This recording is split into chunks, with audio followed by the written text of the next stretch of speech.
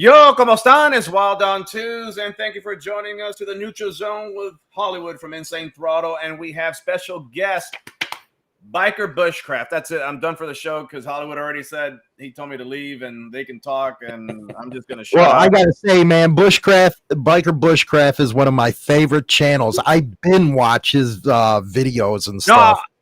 Yeah, I was watching his channels when you told me. I watched a bunch of his videos, and I sat there watching, and then Jess was like, "What are you doing?" She goes, "Don't fucking tell me we're going to start going camping." She'll do it too, but she thought I was already planning for this weekend. I was like, no. I like researching shit a lot, man. And then, so it's really cool to have you on here, and that's why I really had the pleasure of making that thumbnail. I really did. Let me get Danny D-Lows on here. There we go. Booyah. So yeah, man, I really do. I sit there and watch because you do your cinematography so great. You teach even more. There's some stuff that I didn't know how to do. I was like, damn, man, now I know how to do some shit like that. So big props to you, Bushcraft. Well, thanks, man. I got to tell you, I'm honored to be on here, man. You guys, I watch all your channels, and Hollywood, I've binge watched yours too, man. I and most of the people I know really appreciate the biker news that you put out. So it's a pleasure to be on here. I appreciate it. Yeah, and I mean, my channel, it was kind of an accident that I started it. It just, I was doing what I do, and camped with a couple of guys that, knew similar stuff. And we were talking to some of the rest of the guys we knew, and, they didn't want to get out of the city. They don't want to get their bike off the road and all the usual excuses. It's like, it ain't that big a deal. Here, let me show you. So, I made a video, and a few people liked it, and I made a few more. And so that's where I'm at. Nice. Well, we're honored to have you here. No, that's awesome to have you. I mean, Danny has his own only fan page for toes and stuff. And this motherfucker. I swear to God. You know what? Between you and your wife, you know how much crap I get on YouTube over you? Both of you? Well, here's what I, can say is I'm usually always talking about the Vietnam era generation of biker. And every time I get an old graybeard on the show, it's like, your pecker gets hard because you know what the fuck they're talking about. And it's one of those things you just sit back, shut up, listen. Hey, Hollywood, I don't think your pecker is supposed to get hard when a guy is on the screen. I'm just it happens, man. It happens. I have no control of it. It gets hard. I'm so sorry, China Doll. Poor girl. Bro, it's called motorcycle porn. What are you gonna do? Exactly. Hey, you know what though? I make fun of him, but I was just telling him that I really wanted to have somebody on our show one of these days. And when I ran into this guy, it was the same thing. I was in awe, and it's before I even knew who Panhead Billy was. I had never heard of him.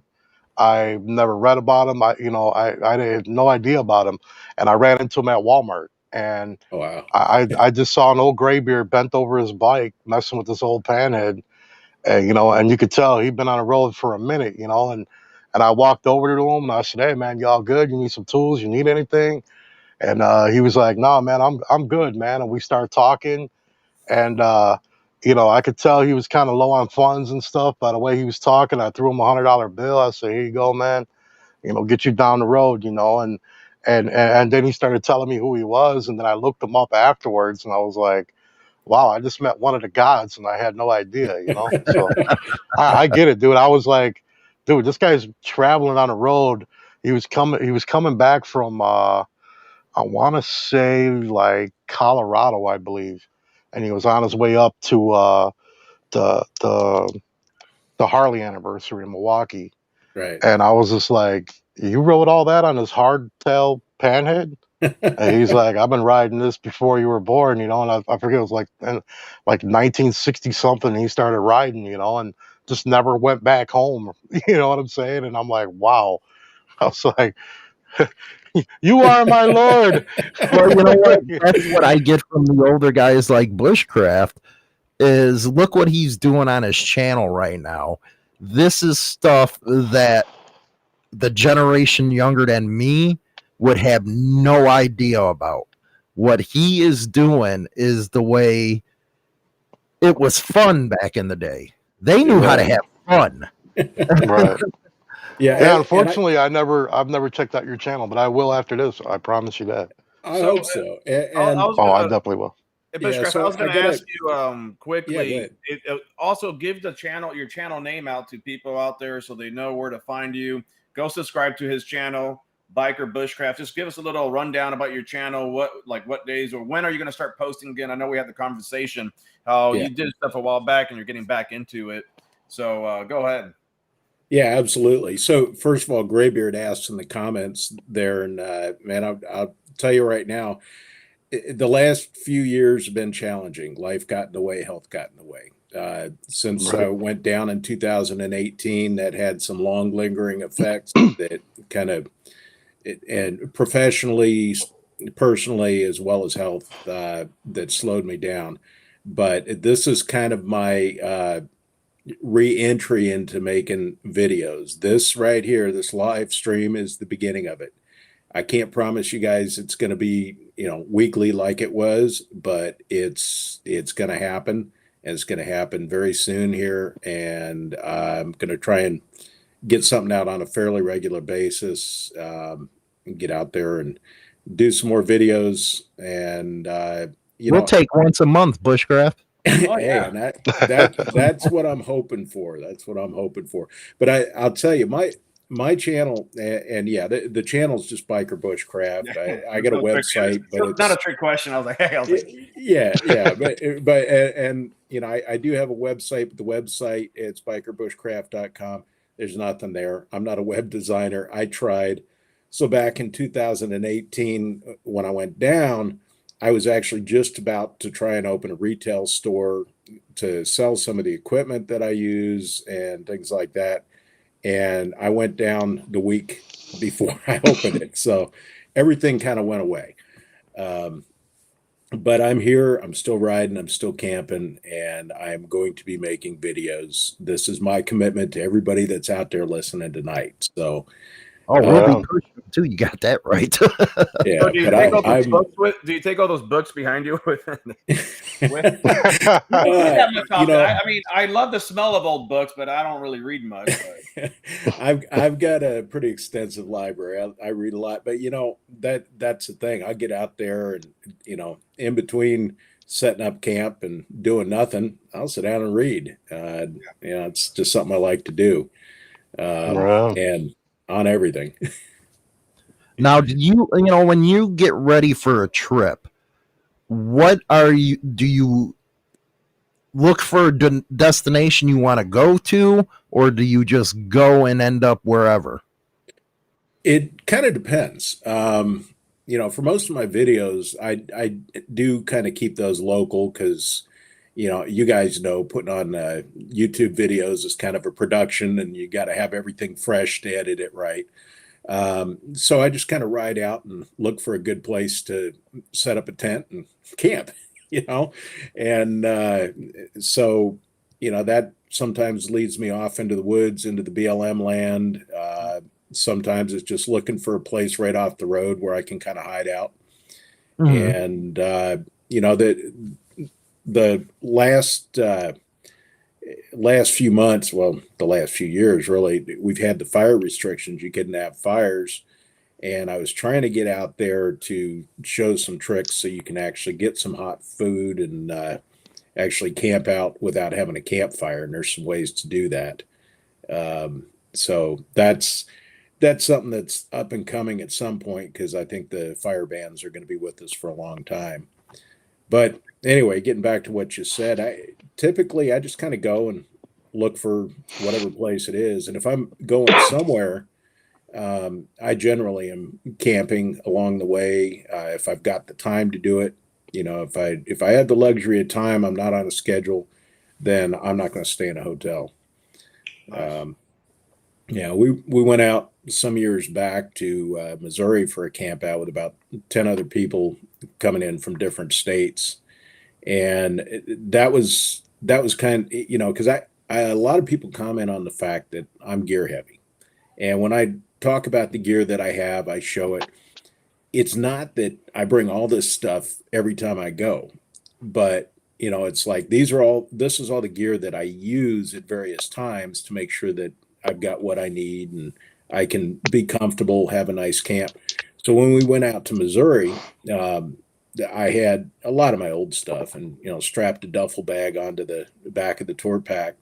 And me and the old lady went. We got out there and had a great few days camping out there. And the first morning comes and we're setting up to cook breakfast, and man, I got the cast iron pan out, I got the stove out, I got all the utensils out. We're flipping pancakes. Actually, the old lady's flipping pancakes as fast as she can and making coffee. So everybody's Wow, you digging camp. it. Yeah. He really can't. He Yeah, doesn't he camps. He's not Oh, yeah. glamping. Yeah, like glamping, only a little rougher. Crazy Horse says Bushcraft. This is so cool to see y'all doing this. Biker Bushcraft has awesome vids. Your fans are coming over. I see that. That's awesome. Yeah, also, Welcome. A lot of people don't know that there's BLM land, and that's the Bureau of Land Management land out there. Right. And anybody can you can basically live there your whole life and just move it. What is it, every 2 weeks or something? At least a little movement. Yeah, it's something like that. It's not much. So you're out in like New Mexico area, right? No, I'm in California. California. No kidding. Yeah, BLM land is everywhere. Really? Yeah. I've always heard of that in New Mexico area. I know that. Oh, I mean, Utah. I used to go to Utah, Colorado, everywhere. There's BLM. Yeah, it's really cool if you're along the way and you know where the BLM areas are. If you're going near one, that's where you camp. Yeah. I don't like paying for campgrounds. I go to closed campgrounds. We were coming back across the country on one trip, and I can't remember which state it was in. It was somewhere Midwest, Kansas or Missouri, something like that. And we saw the sign for a campground. So we pull into a gas station and we asked, where do you check in for it? And the gas station folks there says, we own it and we bought it, but we haven't done anything with it yet. So, the grass is like 3 feet tall and the bathrooms ain't clean. But if you want to go sleep there, you can. And we had a great night. Yeah. No, it's that's what I used to say all the time in BLM land, and it's like what I tell people. There's so much you can I lived out there. I was there for 2 weeks, just camping out there, and that's when I started learning the rules about moving. And I thought he said he's coming back, Matt. He's going to be putting some more videos out shortly. I will. Yeah. Matt, I know Matt. He's part of a little group of creators that we had going some years back. Great to see you on, Matt. And yeah, that's awesome. There will be more. Yeah, because a lot of people, I mean, what will be a good way to point people? Because I know now with technology, not when you're doing it, obviously. Not to say you're too old or anything, but I'm saying now there's all this BLM app lands that people can already, while you're traveling, you can map things out, your whole route where you can stay and sleep. But what would you recommend to someone that has never done it before and has been intrigued, like what to see, what to read, watch, or something to learn, or what to do to go already kind of just start maybe trying it out? Yeah, great question. So there's a few things there. BLM land, you can find maps for that online. You just go search for, Bureau of Land Management. It'll show you where the land is, and look at that according to whatever route you're going to take. If you're going to ride up to Colorado from California, or if you're going to ride over to New Mexico from Florida, whatever it is, look for anything that's along the way, plan it. And then I always tell people I use paper maps. I do have GPS, absolutely use nav, but I also have paper maps. And I can sit there if I lose the GPS, it's nothing but a thing. And there's things in the paper maps. You can sit there on a paper map and draw a circle around where that BLM land is, so you know where it is you want to stop. The other thing is there's a lot of websites out there that you can find campgrounds that are free, and so you got to look for them. It just takes an internet search, and it's great. We've got the access to information that we never had before. But being able to just get on in advance and look for things like that, look for sites, and just search like free camping, things like that. We had we were coming across one time. We stopped in Indiana, along the Blue River. There's a campground down there, and it was nice. It was supposed to be a paid campground, and we put a check in there once, which never did get cashed. But we stayed there for 3 or 4 days, swam in the river, just had a great time. Nobody bothered us. Nobody caused any problems. We didn't have security coming through trying to collect money or nothing. So they're out there. You just got to do some searching. You, Right. as an old truck driver, and you just brought it up, everybody's dependent on GPS now, and they wouldn't even know how to read a map. But how on your travels, like you mentioned, it's important to know how to read one of them maps in case your GPS goes out. Oh yeah. Well, and there's still free maps. You go to AAA. They'll give you maps for everywhere you want to go. I actually collect maps. I've got maps that are going back to the 70s. Road atlases going back into the 70s that have highways that don't exist anymore. But when I was a kid, it was kind of a fascination. I'd take the road atlas and I'd plot out routes to all the places I wanted to go. And I grew up moving around a lot, and so the road's in my blood. But it was just something to pass the time. It's like looking through the Christmas catalog, the Sears catalog at Christmas time when you're a kid. Yeah. What do you decide to bring with you on a particular trip? That depends, of course, where I'm going, what I'm doing, how long. So, if it's me and the old lady, obviously I need more gear. I need, the bigger frying pan. I always carry my cast iron frying pan. If there's going to be fire, there's going to be cast iron. But, it's if I'm packing for a trip and I'm planning it, I bring whatever I need to be comfortable based on where I'm going. But there's a lot of times, and going back in the day, you kind of brought whatever was always on the bike. And so, the first chopper that I had, I bought when I was 17. It was old BSA Lightning, hardtail, girder front end, the 6 bends, coffin tank. And I took the coffin tank and put a Mustang and apes on it instead of the 6 bends and built it. But that one, I always had my tools rolled up in a 5x7 oilskin. And my knife was pretty much all I had on the bike all the time. And, if I found myself somewhere with just that, I was still fine. And I mean, we're talking urban bushcraft too, because it's like, where do you eat? If you're in town, go look for the St. Anthony's or, the food kitchen, you get a meal there. And, if you need water, go to the gas station. They'll usually let you fill it from the spigot. Just fill a water jug or a milk jug back then, or canteen if you got it. The basics that you need. Go spend $5 and get yourself some cans of chili or some cans of beans or whatever. And that was back in the day. That's what we did. I mean, you got what you needed wherever you needed to get it, and you worked with whatever you had. And that to me, that's the biggest part of my channel too. And I don't always succeed in getting that across, but what I try to get across is, don't worry about what you're going to pack. Worry about what you got. If you got a chair, sit in a chair, but if you don't get a chair, sit on a log. It's, just use what you got and figure out how to do that efficiently and effectively. And,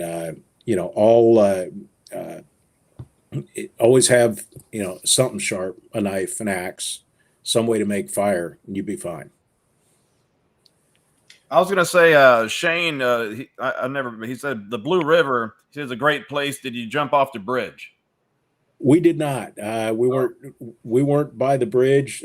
So, for reference, let's see. There was a Walmart like a couple miles down the road, and we came from the Walmart west, and the campground was on, I think, the left side. And it was 10 years ago, so I'm trying to remember exactly, but it was something like that.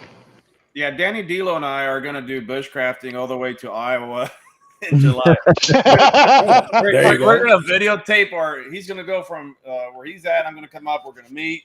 We're going to video it live, right, Danny? I'm down with it. I'll try it. I like it. As long as you know, my kind of camping is I'm renting a very nice, elegant hotel. And I'm not getting chili. I'm going to a friggin' steakhouse or a taco place. For you. You know, I'm not going to lie. So I thought I was old school until Bushwick just ruined all my friggin' dreams over here. Yeah. I'm realizing I'm the new school guy. Yeah. I got old school beliefs. I swear to God, bushcraft. I swear, but. And then there's a place for you, Danny, called Under Canvas. It's like glamping, already tent with beds inside of it for you. What's it called? Glamping? Bushcraft. Do you use? I thought I was camping because like I got a tent and I got a blow up bed, and I put the blow up bed in there, and I take it with the bike. You know, it's a single man thing. I thought that was camping, but this guy just shut me right up. Do you do you use a tent bushcraft, or are you using tarps when you know? I bet that was the old days with the tarps. Yeah, tarps. You know, it back in the day, I didn't have enough money for a tent, and you know, I come from the day when bikers didn't have money. You know, bikers weren't going out and spending $40,000-$50,000 on a bike. Right. You know, you bought a basket case for $1,000-$1,500. And back earlier than that, a few $100s, and you put it together with whatever you could. You made parts not because they didn't make the part you needed. It's because you couldn't afford to go to the dealership and buy shit. Yeah. And you know, so you make stuff. You just do what you got to do. And so coming from that, you know, somebody gave me that 5x7 tarp. I had that thing for probably 15 years. That was it. Yeah. I either slept under it or on top of it, depending on the weather. But, you know, it got used for everything from a ground cloth to cover to, you know, something to lay down on to work on the bike on the side of the road. Right. That's actually how I started too, actually, even though, you know, I could have went out and bought a new bike or whatever. That's how I started my biker life. Is I bought a basket case. I bought an 82 FLT. Right. I paid $1,000 for it, and I put it together, and I built it in my garage over one weekend. I put the whole bike together, and then I needed a clutch cable, so I had to wait a week, and I got my clutch cable, and then I took my first ride on my old shovelhead. That's how I got into there. What was your first bike, Bushcraft? Oh man, that's going back. First one I owned or first one I rode? Oh, you are, man. When it was stone wheels. First one I rode was in 1969, and it was an Indian Mini, and it belonged to my neighbor. Now, the first one I owned, I bought a CT200, which was the predecessor of the CT90. And that was in, I don't know, somewhere around 75, 76. And it had that torn down to nuts and bolts more than once. And it'd run for a while. I'd ride it. Then I'd run out of gas and run out of money. So I'd tear it down to work on something again until the harvest season came. Then I'd go through hay bales, get enough money for some gas. Right, dude. What was your first Harley? That's old school there, man. Yeah, my first Harley was a 45 Solo. It was a 56 G motor in a Solo frame. And I got that in 1984, and rode the piss out of it, and then traded it for a basket Sportster, because back in those days, a 45 wasn't worth much. Now, yeah, I cry when I see the prices. I would. You're probably kicking yourself in your own ass right now. You weren't joking, Hollywood, man. I think Dan and I can kind of leave the room, put a little. Swear to God, bro. I was thinking the same thing. I'm like, I don't even know what kind of bike he just said. Yeah. a little notion. Keep them talking, and just Let's go get tacos, Carlos. He talks my language, man. I'm sorry. You guys okay, but he talks my language. Oh, Dude, I'm feeling young as shit right now. I tell you. I'm like, I don't even know what kind of bike he just said, dude. What kind of freaking biker am I? I got a lot of Googling to do tonight. Yeah, well, here's the scary thing. If Danny The wasn't scary using thing his phone is- for this, he'd be Googling it right now. Yeah, so Hollywood and I are only a few years apart. We're almost the same age. Right. Right. So you're both almost 94, right? Put together. That's why I was confused about doing the math. You said 1964. I go, they were not 45. What? Yeah. They're all confused. In your bike, man. Yeah, dude, I'm lost on some of this lingo, dude. I'm like, wow. No, I told him. I came on this show thinking I'm a humble person. I don't think I'm the shit, but I'm like, I got some knowledge here. No, I don't. I really don't. I just need to. I'm gonna shut the hell up, sir. Sorry, I spoke. I mean, earlier. I told you today. I mean, my first time ever was in my '57 BSA Classic. We took a ride all the way from Florida to Georgia, from Clearwater to Georgia, and I took a tarp and I took the minimum that I needed, and I was freezing in rain, and I was getting, put the tarp over the bike. Luckily the little heat in the exhaust kept me a little warm for a little bit. Right. Now, and then the next trip I overpacked and I never used shit. So that was like, I tried it 2-3 times, but I did it when I was younger, and it didn't. I mean, it was fun. Think about it now, like I told you, you always look back at the time, you're like, this shit sucks for the one point I was in. But then now looking back, I go, I actually had a really great time, and I wish I can do more of that. What would you say if you're in that position, Bushcraft? Say again, Hollywood? What would you say if somebody found themselves in that kind of position where they were out in the middle of nowhere, didn't have the gear they were supposed to have?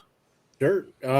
So it's like everything. You deal with it. You do what you need to do without what you don't have. And so, there's nothing wrong with sleeping under an underpass.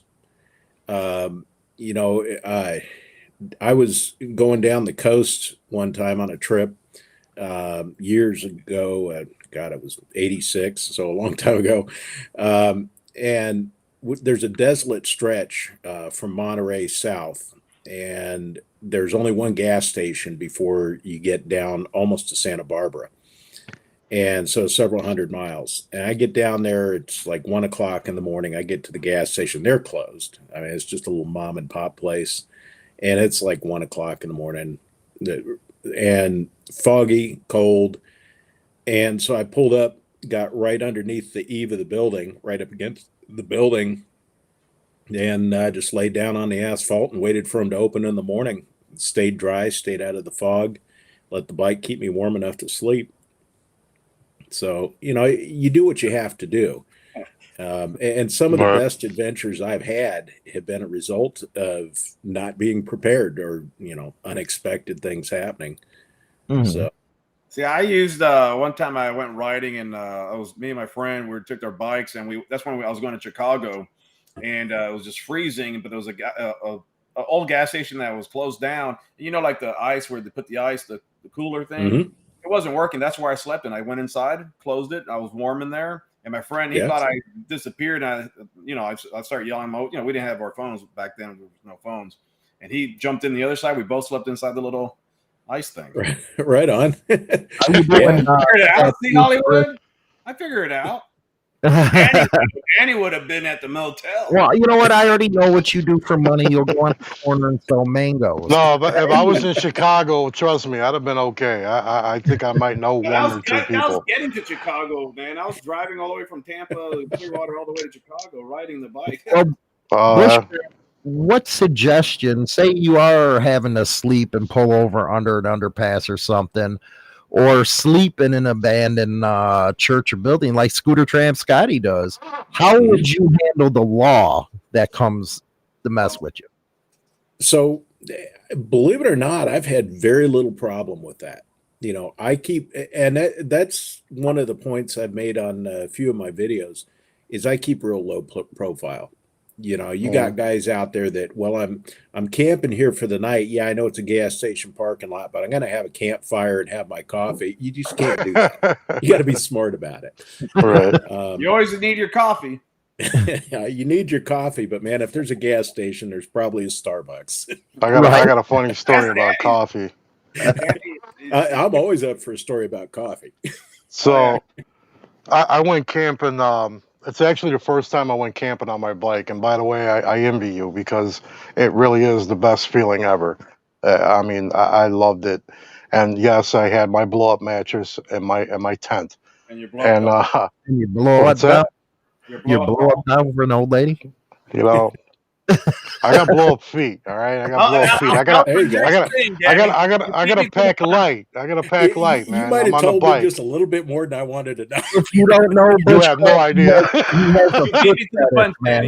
He has a foot fetish, Bushcraft, and he likes screwing feet. Oh my God, I don't have a foot any freaking way.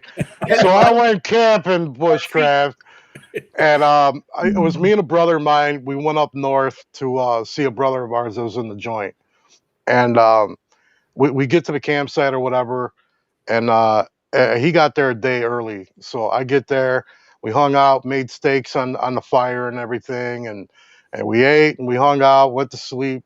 And I woke up, I don't know, it was like just at like 5 a.m. So the sky was just starting to get light, you know what I mean? And my throat was just, you know, on fire. I had a sore throat from sleeping that night with the cold air and everything, you know.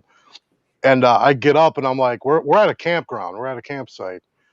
And I wake up, I walked over by the river, and all we had was a Powerade to drink. And man, let me tell you something. You wake up at 5 a.m., that's the last thing you want to drink is a freaking Powerade, you know? And I go over to the river, and the most surreal moment for me was I'm sitting there, and literally, like, there's a river. We're right off the river, so there's this little river, you know, or a creek or whatever that went through, and there's like an island in the middle of it. And it was so beautiful, man. Like, you know, there was a couple of otters or whatever. They're swimming around and playing. There's a couple of deer prancing around. Then there's an eagle flying over all of this. And I'm like, dude, this is heaven. You know what I mean? This is God country here, you know? Nice. So I watched that for a little while, had my morning cigarette, and I'm like, dude, I need a cup of coffee. Like, I'd pay $100 for a cup of coffee right now. And I'm walking, man, because it's like 5:20 in the morning at this point, you know? And I'm like, we ain't got no coffee. I'm like, man, I'm gonna walk around a campground. Hopefully there's somebody awake that's making coffee right now, you know? I'm walking and I'm walking. I walk all the way by the front desk and nobody's awake, right? So I get to the front desk and I'm like, well, they gotta have like a little thing set up here for coffee, right? Nothing. And I'm like, damn, man. So I walk back down to the campground. I'm sitting on my bike, and needless to say, I have a loud Harley, right? So I'm sitting on my bike, and I'm like, man, I would feel really bad to start my bike up right now and roll out of the campground and go get coffee, you know. But now it's like about 5:40, you know, and I'm dying. I gotta have coffee right now. Right. So I'm like, you know what? Screw it. I start the bike up, I leave, and I try to be as quiet as I can, but I mean, there ain't no being quiet. So I pull out of there. I go up to the gas station about 3 miles down the road. I get there, and I'm having coffee with some old farmers. You know, they're all sitting around the table having coffee on a Sunday morning. So I sit there, I have coffee with them. I'm shooting the shit with them a little bit, joking around, and everything's all cool, right? So I get on my bike. I'm heading back to the campground, and I'm pulling into the entrance, and my brother pulls up, and he's laughing when I pull up. So I make a quick U-turn, pull up next to him. I'm like, "What's up, bro?" And he's like, "Man, I was gonna go get some coffee." And I'm like, "That's what I just came from doing." And he's like, "Dude, everybody in the campground hates you, man. I don't think you can come back." And I'm like, "Really?" He's like, "Dude," he goes, "all I heard was people cussing you out as you left." He goes, "I woke up because I heard the bike, so I came out the tent to make sure it was you taking off." He goes, "I see you leaving, and I just hear people from everywhere. MF, son of a..." They're all cussing me out, man. Dude, it was hilarious. We come pull, so we went and got coffee. We come back, And we pull into the campground, and we're going back to the campsite so we can pack up and leave. And dude, everybody's just mean mugging me as I'm going through it. It was like I was like a parade of hate because I'm just doing the parade wave at them like, "Good morning." Bedlam's Asylum. Love all your vids, Biker Bushcraft. Man, you got a lot of people over here, Bushcraft. I want to see that again. I'm digging it. Right, That really kept me going too. Is light you up. people that the comments people have made, they're thoughtful, they're interested, they're wanting to know things, and I mean that's really the only reason I do this is because people are interested in it. But right. we had, and I told this in one of my videos, so I don't mind sharing it. It relates to your story, Danny. It's me and my old lady we were going to camp for the weekend at a friend of mine's gold claim, and it was after some storms, and we're going down the road, and we missed the sign. As far as we know, the flood had washed the sign out. So next sign we see says Reno 15 miles. Like, well, shit, we missed our turn. So we'll keep going. So we went into Reno. This is on Memorial Day weekend.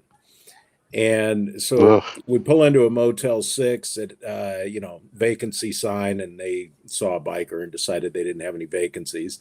So started looking around town, and man, there's no rooms in town anywhere. So we figure, well, okay, it's only 125 miles home. We'll just go home. So we start heading over Donner Pass, and Donner Pass is, I think it's 8,000 feet at the summit. And even on Memorial Day weekend, it's cold. And we start heading up there, and it's getting colder and colder. And I didn't have the windscreen on the bike. We weren't ready for winter weather. And the old lady didn't have real warm stuff on. So we start freezing. And we get up there at Donner Summit, and we're just both ice cubes. Still, we tried Boomtown, we tried Donner, no place to stay. So we start heading down the hill, and the old lady's got her pillow that she takes everywhere she goes, stuffed inside her jacket to help keep her warm. Right. And I see one of those little tent signs on the side of the road. It's like, all right, we're camping. So I pull off.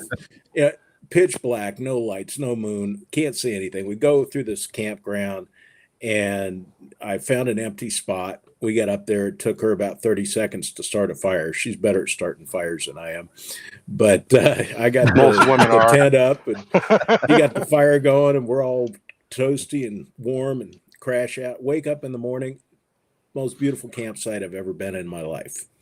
I mean, we were surrounded by these giant boulders, and on the other side of it, it was this river, and it's just absolutely unbelievable.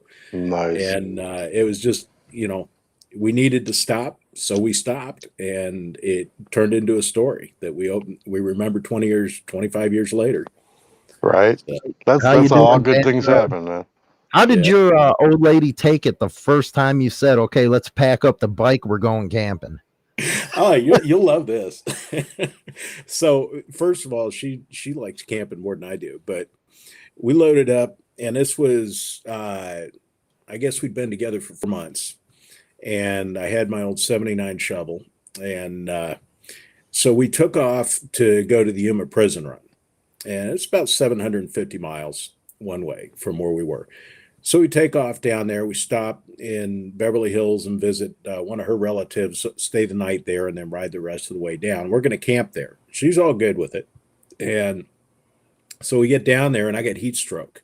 We ended up for 2 days in a hotel, 2 nights in a hotel, with me just sicker than a dog and not sure if I was going to ride home. And I finally got to a point where I could ride again. And so we took off out of there, didn't do any camping. And so we started heading home. And she's got another friend that from high school that she says, well, we'll stop at her place and stay there on the way up. Well, her friend wasn't there. So this is her first long bike trip. We're leaving Yuma. We've got 750 miles to home and no stop in between on a shovel head. Oh, jeez. Good luck with that. Hey, she still rides with me. I was gonna say, hold on a sec. I want to see if I can share this. Let's see if I can share. You see this, Danny? No, I don't see nothing. I was trying to show you because he said the 79 shovel, so I was trying to show you the comparison what a shovel, what 79 shovel is compared to a real shovel, in case you needed to know. Just so you needed to know, Danny. Oh, here it is. Wow. Wow. There it is. Hold You know on. what? You almost kind of insulted me with that one there, guy. Yeah. These Take one of here- those shovels and you know what you can do with it, right? Hey, you know what? Put yourself right in the noggin over it. I had a love-hate with my shovel head, and my Me too. first one. So my first one was a 72, and the guy I bought it from had just had the engine rebuilt.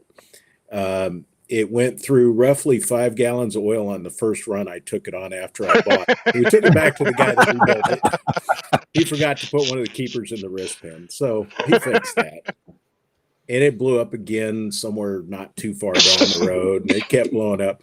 Finally, in 1990, I busted my hand at work, and I was off work for a few weeks. And I was so sick of that damn shovel head because the transmission, the engine, everything, just constant pain in the ass. You know, with the shovel head, when you go on a run, the day before you spend working on the bike. Then when you get to the run, you work on the bike. You work on the bike fix again, all the yeah. shit that fell off. Then before you leave the run, you work on the bike. Then when you get home, you put it in the garage, Yeah. you don't look at it. For And a week, depending you on look how at it. long the run is, you might have to pull over and work on the bike. Yeah. But I know. I got sick of it. So, you know, I got my right hand in a cast, and I'm thinking, well, shit, I can use my hand okay. So I went down, talked to Corey Ness at Arlen Ness, and picked up a crate motor, Evo motor, and picked up a Santee frame. And I claim credit for building the first Road King. In 1990, I went down there, and it looked like a 73 because I'd already switched the swing arm, so got rid of the juice brake, put a disc rear on it. And Wow. so it looked like a bone stock 73 FLH, except it had an Evo motor in it. Oh, that's Nice. awesome. Nice. So I killed my shovel head. Do you think the Evo motor Bushcraft was the best Harley came out with? Yes. It's good. It's good. It's it probably, you know, as a blank canvas, it's probably the best blank canvas because you can get a lot of power out of it. It's reliable, you know, but there's a lot you can do with the shovel head, and as much as they're a pain in the ass. Yeah. Oh, sorry. That was, I guess, my Siri. Sorry about that, guys. Anyway. Siri said ass? Siri doesn't understand. Well, we're Anyway. trying to walk Danny through the type of motorcycles now. We got to get him educated now. You know what? I swear to God, you better not start that shit with me. I've been making a PowerPoint here, Danny, for you. I've been Yeah. I, My 82 shovelhead, man. Like I said, it was my first Harley. Oh, I mean, it wasn't my airtime first numbers. bike, but it was my first Harley. And like I said, I put it together. And the one thing I didn't know anything about was the wiring. You know, Hey, I had baby. no idea about wiring. So I had these two drunk friggin' idiots that said, "Oh, dude, we can wire that shovelhead for you, no problem." They're old bikers, you know. So they come over to my house and they start wiring my bike for me. And so in the middle of wiring it or whatever, I forget what happened. Something happened. And I call a good brother of mine, Red, who is a mechanic guru. Yeah, And- awesome. Yeah, Hollywood knows him very well too. So I call him up and I'm like, "Hey, bro," I'm like, you know, I got all these wires and I'm hooking them all up, but I don't know what I'm supposed to do with this neutral wire. And he's like, "The what?" And I'm like, "A neutral wire." And he's like, "What are you working on a house?" And I'm like, "Well, these guys gave me all this wiring schematics." I'm like, "There's a neutral wire in it." And he goes, "Dude, you're not building a house, you're building a bike." So, dude, my wiring was never right on this bike. I had that shovel head for about 3 years. It never charged. I'd have to charge it in the middle of the road. I had, you know, my key was actually, so I used a fucking, I used a tractor ignition. And Hey, it's it only, D-Rock special. yeah. so it only worked for a short time. And then all it was a switch to turn everything on and off. It Right. didn't start, right? So, and my button didn't work either. So for about 2 years, how I started that shovelhead was a 1/2 inch deep well socket. I've put that on the solenoid and jump it. And Hey, you know what? Carlos, That's how BD I wants rode to that come bike in. for 2 years, man. It was hilarious.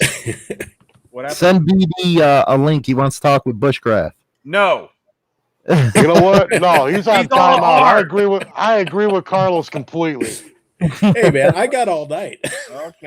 BD had enough on his show. Oh, What Oh kind yeah, of you'll send BD a link, but you sure the hell didn't send me one. what kind of a Bushcraft? What kind of Mm. case I was sent it? it Was to it your OnlyFans. Evo Ironhead? I'm sorry. Say again.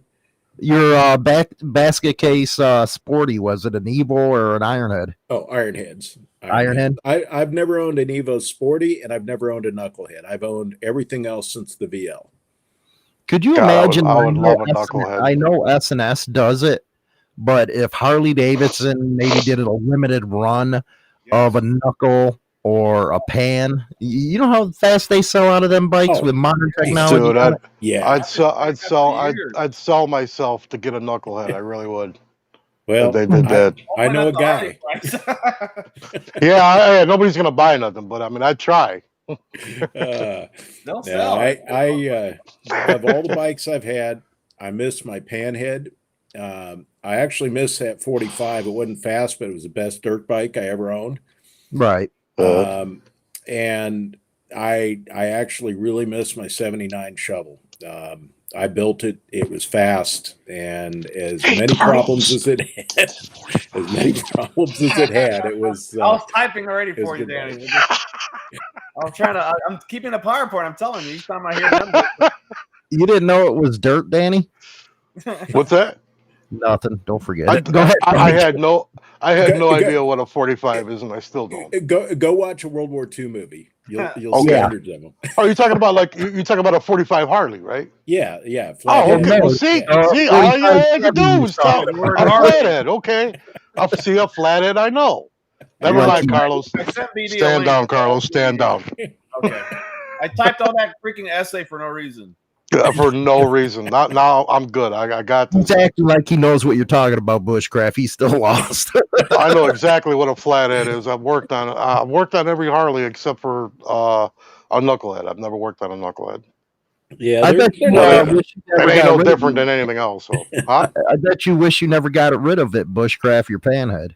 Oh man, I do. It was a 53. It was in a straight leg frame. Nice. It was a long bike. I don't even know how long the Springer was on that, but yeah, I rode the hell out of that bike, and I damn well wish I had never sold it. You know what's funny? Everybody always upset, man, dude, don't you regret selling your first Harley? And that was my shovelhead. And I'm like, I absolutely do not regret selling that freaking thing. The last time I saw it, so I was there's a place called Bargain Barn. It's in Edgerton, Wisconsin. Yeah, Wisconsin. And and me and my it ain't a bargain barn, just to let you know. No, it sure the hell ain't. Yeah, you've obviously been there recently. Freaking Ryan's gone nuts over there. So I go in there, and I was with my brother Red again, and we're in there, searching through the bins, looking at parts and stuff. And I come across the old gas tank, and I knew for a fact, because it had a certain marking on it, it was my old gas tank to my old shovelhead. So I don't know if this thing got parted out after I got rid of it, or maybe it crashed, or maybe he rebuilt it. I don't know. And I saw that gas tank, and he's like, you miss that old girl, don't you? And I'm like, no, you have no idea how much I'm going to throw that gas tank across the freaking room right now. I'm like, I loved riding a Harley, but I hated that bike. Hated it. Yeah, the only one that I was glad to see go is I had a 78 FX, and it was wore out when I got it. It was cherry looking. It was wore out when I got it. I sold it for too little, and it would be a great platform to build something from right now, but that's about all it would be good for in my mind.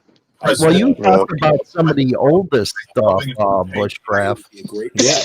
Build something from right now, but that's about all it would be good for. Hey, Speedy, turn it muted. Hold this stuff. Is Speedy doing a damn intro? This guy comes out here and he's playing his commercial. Are you freaking kidding me? Boy, aren't you full of yourself? You've been hanging out with somebody else we all know, haven't you?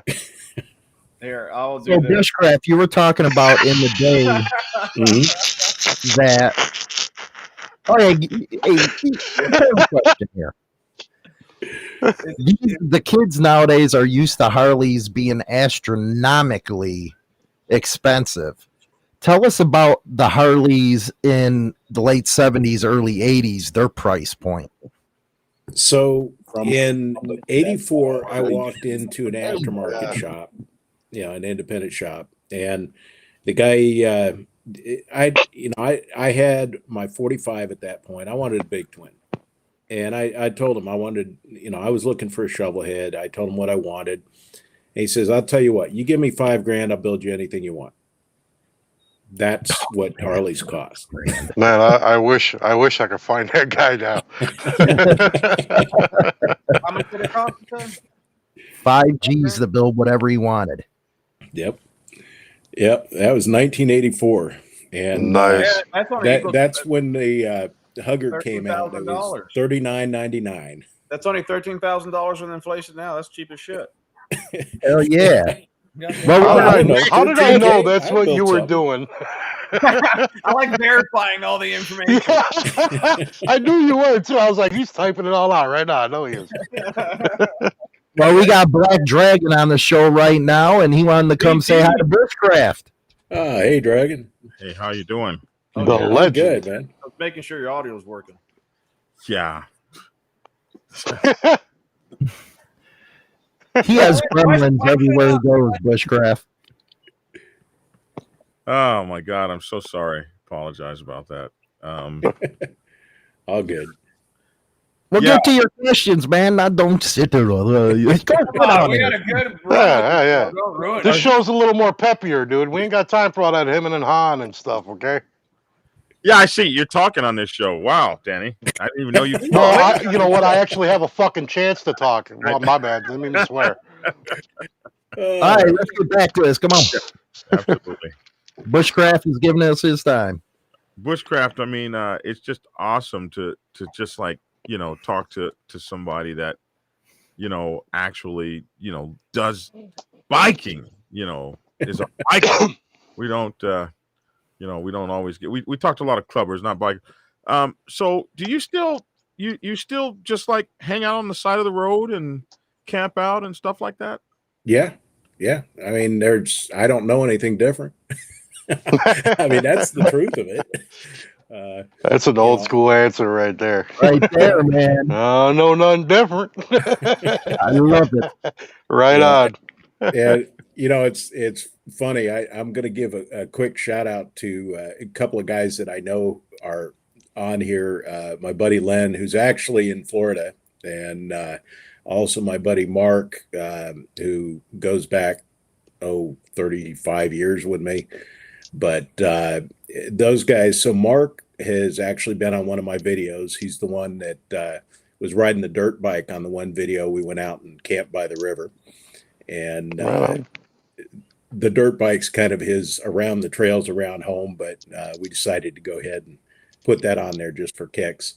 And my buddy Len has done some miles in the rain with me. We've both had to wring our leathers out at the other end more than once. So we got to get them on the next time, man. We got to have the boys on here. The dirt bike. Right? Yeah. This is my kind of stuff, BD.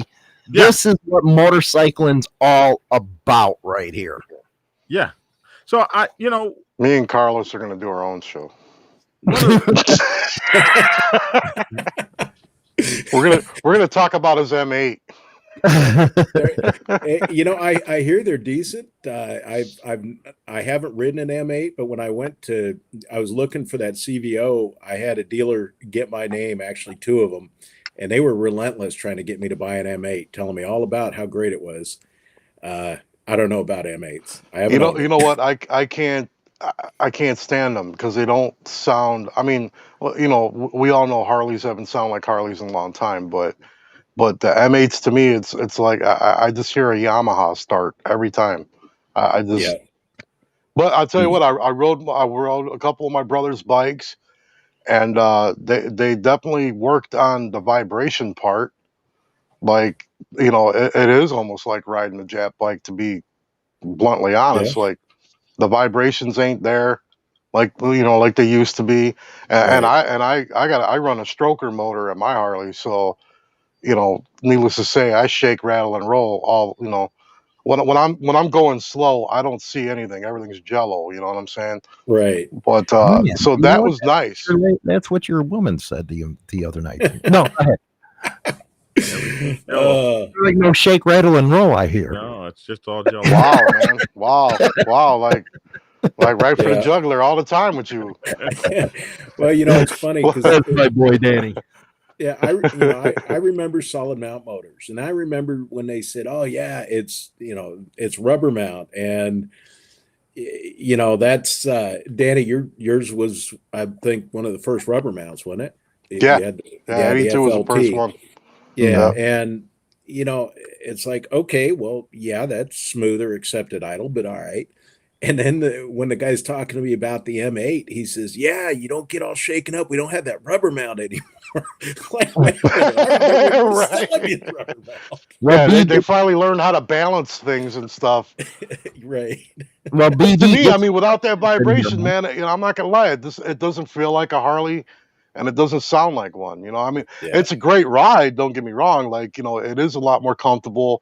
I mean, the less vibrations, I would assume that can at least allow you to ride a lot longer before you got to get off. Without the vibrations and stuff. But I mean, hey, man, I'm a Harley guy, man. I like that vibration. I like the you didn't noise know and what a stuff. 45 was, but go ahead, BD. Hey man, he didn't say 45 flat. All he had to say was a flathead, bro. That's all he had to say. I didn't know if he was talking about a Harley or a Honda or I don't know. Damn. It's Hey, all That good, story BD, they man. about making you fun working of on me, the man. bike was horrible. Hey, half the time people They don't know what making I'm fun talking of me, about. man. It's all good. That's all good, man. Go ahead, BD. Get you a couple questions in for Bushcraft.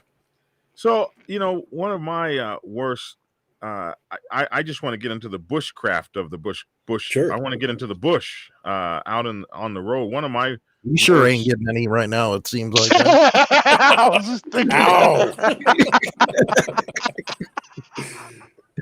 You guys are just walking into Ouch. I thought Danny was the target. What the hell? Oh shit. Anyway, BD, That's what's up? hilarious. Yeah, I'd like to get to the bush. So not getting to any other bush, obviously. Hey, your throat didn't close, did it? No. So one of my, scariest nights out was when I was surrounded by a pack of coyotes, and they wanted to eat my dog. Mhm. And then, a couple times I thought I'd seen ghosts or something. Like, you've been out there. Don't laugh. You don't believe in ghosts? No, One's gonna come get your ass tonight. Watch. But what's the scariest, or what's the weirdest story you have? Scariest story? What tell me something that was just out there. Usually by the time that I'm ready to set up camp, I'm so wiped out. I got nothing on mind except for food and sleep. So I don't have a whole lot of time to worry about it. But I've had a couple, because we've got black bears up here, and there's one campsite that I went to, and I hung all my food up and everything, so I wasn't too worried about it. And it was such a nice campsite. I thought, well, hell, I'll bring the old lady down here next week. So I brought her down the next weekend. She spent all night up. And of course, the temperature dropped from in the high 60s down to the low 30s over that week. So she's out there by the fire, tending the fire, freezing her ass off. And she's all night hearing the bears walking around in the woods all around the campsite. Oh, wow. And so she was pretty freaked about that. Myself, what I worry about more than anything else, because some of the places I camp are, it's not where people would expect you to camp. I worry about me and the bike getting run over. So I try real hard to place myself, up against a building or, between trees somewhere where it's going to be hard for a vehicle to accidentally run over me. And I've been pretty lucky so far. I haven't encountered anything, but that's always in the back of my mind. That's that thing I worry about. Mhm. Wow. BB, he's got a preppers channel. How could you put bushcrafting and prepping together in one bushcraft? Well, it's great that you asked that, because I get people all the time that think my channel's a prepper channel, and it's not. I'm just, the way I approach things is using the same logic that you'd use prepping, and that is figure out how to make everything that you have count. Use what you have, and if you don't have something, figure out how to go on without whatever that thing is you don't have. So, what I'm doing isn't really meant to be prepper, but it uses some of the same techniques, same logic, and the same mindset. When you're on the road, you guys ride, you're always looking, you're always thinking, you're always being aware of everything that's going on around you. You're hyper aware of that. Yep. And it's the same thing when you stop as when you're going. So, that's as far as what's different about it, Do you carry anything for like protection? common sense. Very good. Right. And that's all I'll tell you. Well, damn good Right. answer there, man. That's old school right there. Hell I'm yeah. loaded to the teeth out there. I ain't playing, so keeping it real. How hard were you bushcraft to get back on the saddle after you went down? Not hard at all for me. My attitude over the whole thing was, I went for over 40 years of riding without anything major. I had some pretty good crashes, but nothing major. And so it was my time.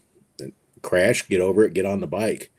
Right. Basically, as soon as the doctor said I could get down to only one crutch, I was riding. Hell yeah. So, Are you for or against helmets? and it's funny that you asked that, because I thought about that question yesterday. So everybody's got their own opinion, and here's mine. Before there was a helmet law in California, I never wore a helmet. I put one on the day that the law went into effect. I fought like hell to stop it. But since then, I've rode through states that don't require a helmet, and I didn't take my helmet off, partly because it was inconvenient to stow it, and partly because why, it's there. If you want to wear a helmet, wear a helmet. If you're going to hit the ground, probably better to be wearing one. But, the only times my head ever hit the ground are when I had a helmet on. And I've hit the ground quite a few times. The only way that you can figure out what your limits are is to pass them. So I've been down a few times in my life. And I guess, like they always say, if you could plan when you're going to go down, then you'd probably make sure you were wearing a helmet. But Right. yeah, and like Mike Moreland just commented on there, I'm right, and same thing with Angry Boomer. I'm right with you guys, man. It's your choice. Whatever you want to do. My oldest son rides, and quite frankly, I think he's a better rider than I am, but he's crazier than I am. And younger kids usually are now bushcraft. They'd ride better than we ever could. He's something else, but he's, I'd never tell him to slow down. It's up to him. I hope he lives through it. So far, he's lived through most of the bad accidents. So praise God, right there. Yeah. Hey, BD, man, what's going on with you? You ain't talking. I was asking a question. You jumped on me. Do you find that your riding skills are diminishing, and if so, how are you dealing with the age and your riding skills? You're older than him, right? I don't know, but no, I'll tell you this, man. This is a very hard thing to say, and the answer to that is yes. I can tell you right now, I mean, it was nothing for me to spend a day with basically having to stop every 120 miles for gas because that's the kind of mileage I got running 130 miles an hour. I've run Highway 50 across the country and, slowed down only for gas stations. Now, I like 90 a little better. And as far as what I can do now, I've got some lingering effects with my leg, and that I also have some balance things that have gone on over the last few years, and that's impacted it. And so I'm more careful than I was because of that. I have to be, but I still ride in packs, and I still ride the places I do. I still take my bikes off road. I just think about it a little bit more ahead of time. Yeah, absolutely. You guys are lucky. My mic was been off, and I was talking a lot. You couldn't hear me. I finally got it on, going working. I thought you were just making arrangements for more oranges to sell on the corner, but hey, go for it. No, it's mangoes. Wow. It's mangoes. So what is your everyday carry knife when you're out there? What's the best knife that you like to have with you? I love my Mora Black. A sharp one. Every knife I have is sharp. I am a knife getting guy. the old school answers. Yeah, I am a knife guy, and that's been my thing. And I am a firm believer that knives are tools. And I can guarantee you, if somebody asks me if I have a weapon and I got a knife on my side, I'm going to say no, because it is a tool. I spent some time doing professional rigging. I've got a rigging knife that I regularly have on me because it is a tool that I use for my trade. As a part of bushcraft, yes, I have a knife. That is so that I can cut food, so that I can set up camp, so that I can do the things that I need to do. And that's it. But that Mora Black, for cost, quality, it's great. I mean, it's a $50, $60 knife. And what kind of knife did you say it was? It's Mora knives. So MORAKNIV. And they're a really good company. Their knives are super cheap. You get them on Amazon. They've got one model that's like $11. Wow. And you can just abuse the hell out of that thing, and it's razor sharp. Have you heard of Top Knives? No, I'm not sure I have. Awesome knives. They're not the cheapest knives. I mean, they could be about 150 or so, but they have about 100 knives in for any situation you can look at, from bushcrafting to. They have them. I just had a 50% off deal, so then I bought like one or two of them. But that's cool. Yeah, I still use a buck 110, man. I still have it. Yeah, I've got a big ass buck knife. I don't know the name of it though, but a brother of mine gave it to me, and I swear that thing, it's still. I've had it for about 4 years now, and I can still shave with it. It just has stayed sharp. That just means you haven't used it. That's all. I was gonna say that, BD, but I've been at it with Danny all day. And I can't. Well, I feel like nobody like me no more. Yeah, I'll tell you, like this if we didn't love you. Yeah, I've had right. knives. I've had. I guess I'm in the crew now. But go ahead. Yeah. So my thing is, a lot of people like folders. I don't. I like fixed blades. Right. Most of the places that I go, and in California, as long as it's visible, you can carry it. You can carry a sword if you want. But I collect knives. I got a pretty good selection of them. But just for everyday carry, just the simple Mora, it's got I think it's a 4.5-inch blade. It's not huge, but it does everything I want it to do. And, I've had gravity knives. I've had all kinds of shit, and they just don't get used. I mean, those aren't knives that are designed to be worked.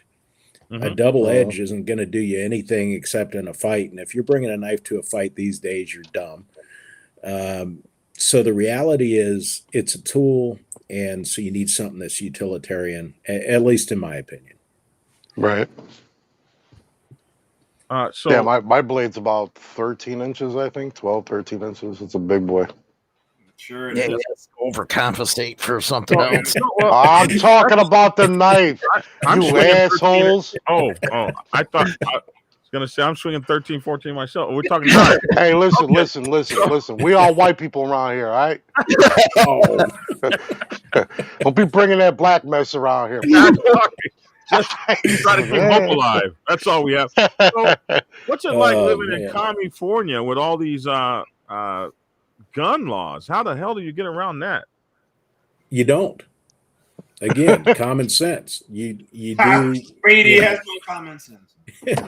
No, you gotta play by the rules. It's all a game, so you got to play by the rules and figure out how to make the rules work for you. Yeah. Have you ever, No. have you ever been down to Mexico on a travel? Hey, this is a public forum. I'm saying you play by the rules. I hear you. I got you. Great answers, though. Great answers. Yeah. So, what's your next big thing that you want to? I know you want to do start any big adventures that you would like to do or get back into full-time bushcrafting. I know you're talking about. Yeah, so I can say that getting back into doing it full time, which is where I was in 2018, won't happen. Life took a path that doesn't make that practical for me. But that said, the big trip that I wanted to take, and I haven't been up there in years, but right before the accident, my plan was to ride up to Fairbanks, because see, I have this rule about shirts. I go to the dealer, I get them myself. I don't order them. I've had a couple that friends have given me, and I cherish those, but I don't go order Harley shirts online. So my Fairbanks Harley shirt wore out, and so I need a new one. So I want to ride out there and get it. Right on. I ordered one Harley shirt. It's from Germany, and that's because I'm not allowed to leave the country. So I think I'm okay on that one. A shirt from Germany never mind. So the question. What you gotta say, bro? Just saying. You could have ordered a Harley shirt from Africa, and why Germany? All right, but For real, bro. For real. You gonna come at me of all people like that, dog? Come on, man. I'm the blackest white guy you know right now. I just said. I mean, I'm sorry. Listen, bushcrafting. GD comes on. There's now all these black and white. What the hell? Hey, Right. Hey. He's over That's here. all it takes. You allow one in, and boom. Yeah, we ride. Hey, BD, do you have another question? We're going to be wrapping up now. Yeah, I want to know about this bushcrafting thing. So, Sure. It's called Wikipedia. Bushcrafting as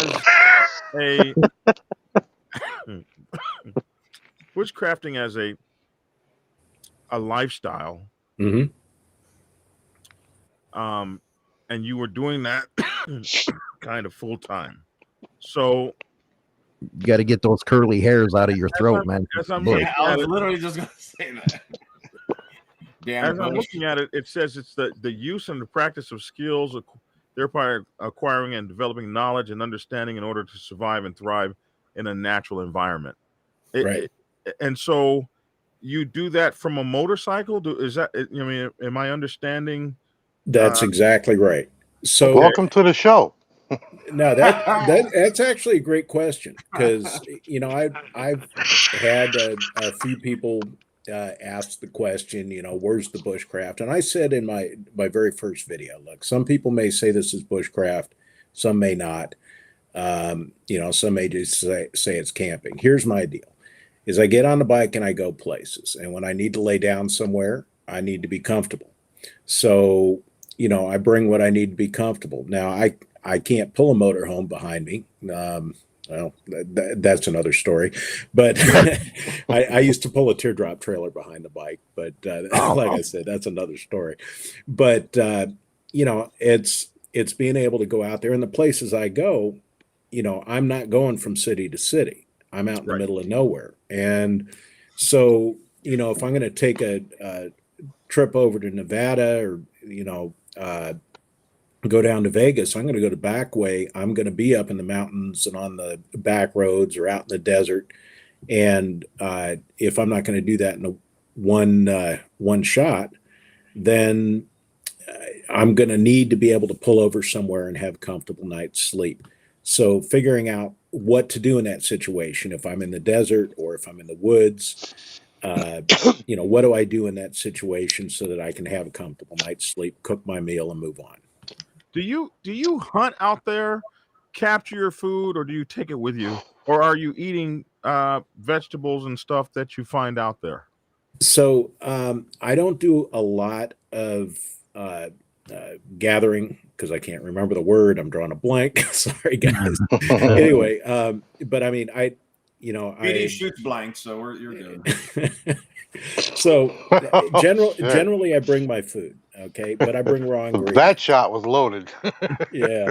So I bring raw ingredients. I'm not much of a fisherman, but I do have a fishing pole. I probably wouldn't starve, but if I had to feed my family with it, I'd be in trouble. But aside from that, I'm not going to be. I can clean a rabbit, but it's definitely not something that I'd want to do on a road trip. Yeah. Okay. So do you ever stay in hotels, or is that just out? I do, and it's a break. It depends on the trip. When we went out to New Mexico a few weeks ago or a few months ago, we had a timeline. So it's like, all right, we'll stay in the hotel on the way there. We had a hotel there. We stayed on a hotel back. We didn't camp. It was all about get there, get back. When I've got the luxury of time, absolutely, I want to stay on the hotel. And it's definitely something that I would rather camp out, but you got to look at time. Thank you, foraging. I don't know why I couldn't remember the word. And I don't do roadkill. Sorry, not my thing. But yeah, that's Chuck E. Cheese does that, but we won't talk about him. Do you drink water? Do you drink water from streams and puddles, or do you? Yeah. Okay. Yeah, I mean, it's I look to camp near a water source if I can, and I've got a water filter. But generally, what I'll do is I'll just boil the water, and if I need to, strain it through a coffee filter, and that's good enough. I bring a pretty good amount of water with me too. I've got a couple of Turo-Pak 1.5 gallon or 1.1, something like that, gallon bags that I strap in the saddlebags. So, I was BD, I was going to try to get to some final thoughts already because we're hold on 1 second. I'm not quite done. Hold on a second. 1 second. Go ahead. I just want to ask you this. Just tell me what it's like when you're out there on that motorcycle or laying next to that motorcycle and you're looking at that starry night and you see those shooting stars go by.